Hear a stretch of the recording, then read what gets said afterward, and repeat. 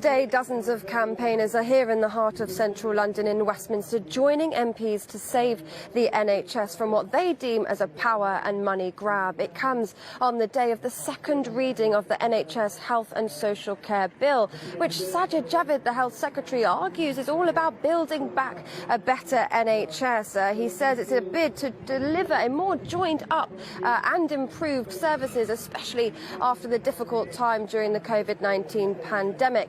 But campaigners here today say do not be fooled by the spin of the government, as what they are accusing the government of is a con and a lie. When the government talk about the NHS and reforms, they're incredibly disingenuous.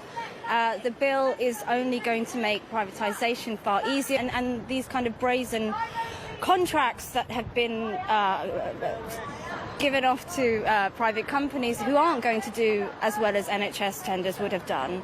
Staff and patients are the ones who are going to be affected, and that obviously impacts the whole of our country.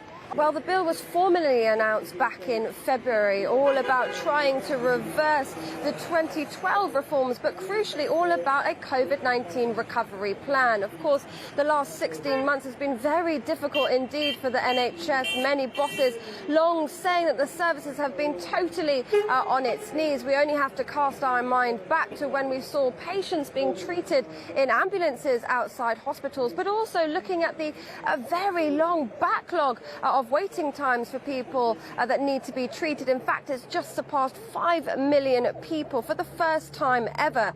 So this bill is all about looking to deal with those issues. But in reality, campaigners say this bill is setting out a reduction to those legal obligations. For instance, an example is the performance targets imposed by this bill scrap the 18-week target for waiting times, mentioning only a 52 weeks waiting time. Plus, the bill will see the removal of the requirement of assessments before a patient is discharged from hospital into social care services.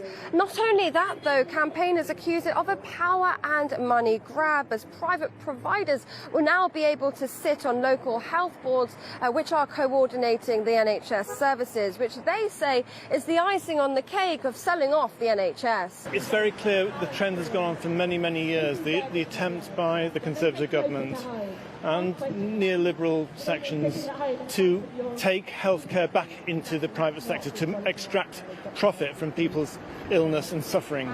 And that's just unacceptable. It's unacceptable on the moral level, but it's also unacceptable because it just doesn't work. It is absolutely possible to bring back a publicly provided, publicly funded and accountable health service. It's an ideological decision not to do that.